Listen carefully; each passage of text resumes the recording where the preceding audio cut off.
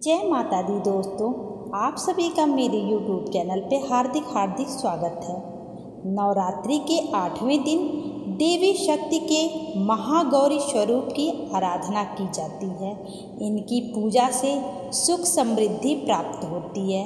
अष्टमी के दिन कई लोग व्रत रखते हैं तो कई कन्याओं को भोजन करा अपने नवरात्रि व्रत का पारण करते हैं।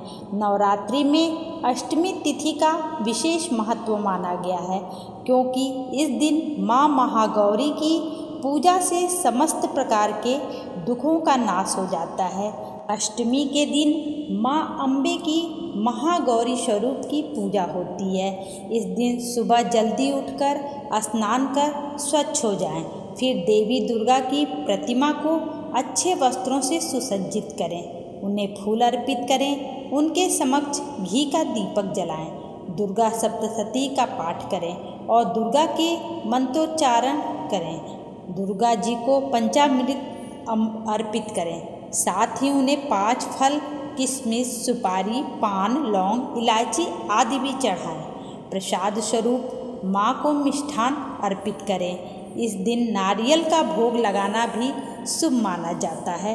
जिन लोगों को इस दिन व्रत का पारण करना है वे लोग कन्याओं का पूजन करें। घर में 9 कन्याओं को पूरी और हलवे के प्रसाद का भोग लगाएं और फिर उनका पैर छूकर आशीर्वाद लें।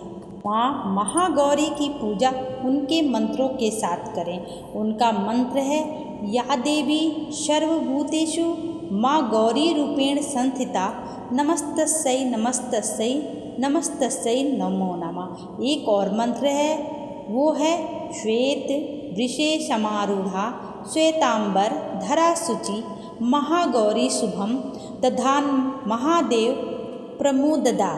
अब आइए सुनते हैं महागौरी की व्रत कथा।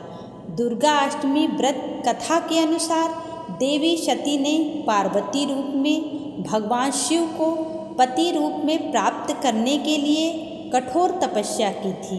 एक बार भगवान भोलेनाथ ने पार्वती जी को देखकर कुछ कह दिया, जिससे देवी का मन आहत हो गया और पार्वती जी तपस्या में लीन हो गईं।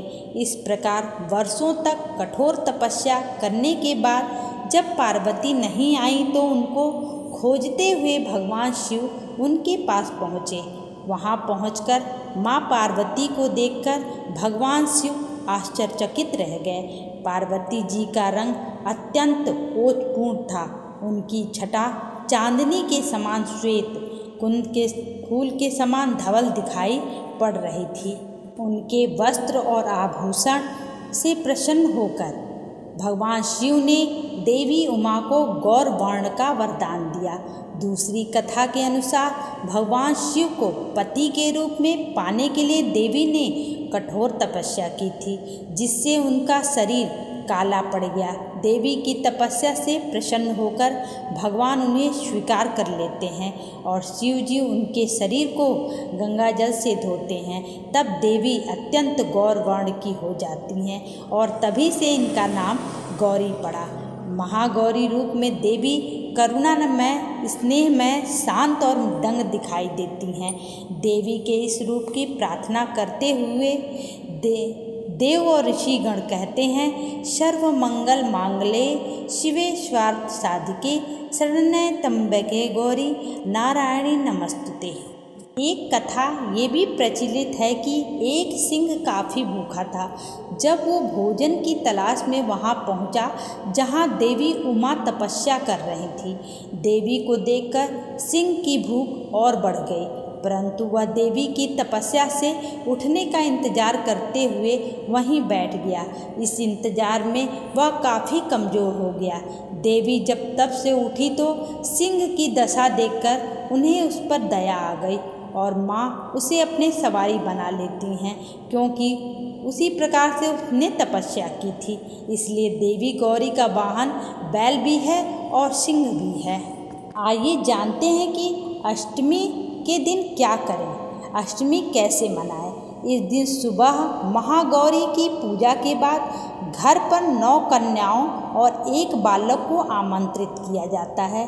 फिर कन्याओं और बालक की पूजा करने के बाद उन्हें हलवा, पूरी और चने का भोजन कराया जाता है। भोजन के बाद उन्हें उपहार देकर उनके पैर छूकर आशीर्वाद प्राप्त किया जाता है। वहीं बंगाली परिवारों में दुर्गा अष्टमी के दिन लोग सुबह सवेरे नहा धोकर नए कपड़े पहनकर पुष्पांजलि के लिए पंडाल जाते हैं और माँ दुर्गा पर पुष्प वर्षा करते हैं। महाआसन और षोडशोपचार पूजा के बाद दोपहर में लोग अष्टमी भोग के लिए इकट्ठा होते हैं। पूजा पंडालों में इस दिन अस्त्र पूजा और संधि पूजा भी की जाती है। शाम के समय महाआरती होती है और कई रंगारंग कार्यक्रमों का आयोजन किया जाता है।